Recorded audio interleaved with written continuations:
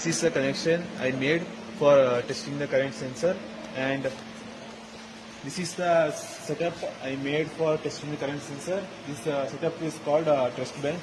I use a motor for load for testing the current sensor. Each board must be pass this test.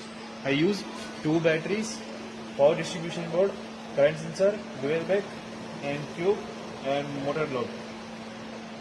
Let us power up this circuit. I connect a battery.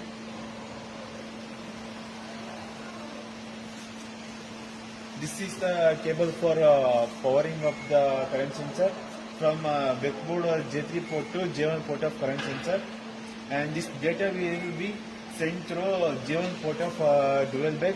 These two pads are soldered and connected to back for powering up this backboard. Let us connect to mission planner. See this, I connect mission planner. This is the backboard voltage. It is also showing mission planner also, and this is the voltage and the current data. From these two data are from the current sensor. Let us test the current sensor. Before testing the current sensor, go to setup, optional hardware, battery monitor. You need to set this voltage divider value and ampere per voltage.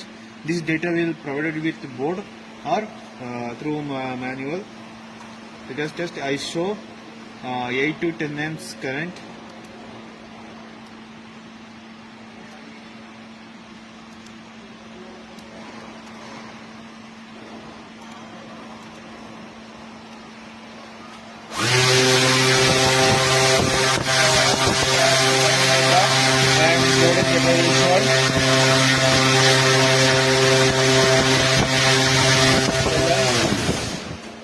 After it is load up, it will come back to original position.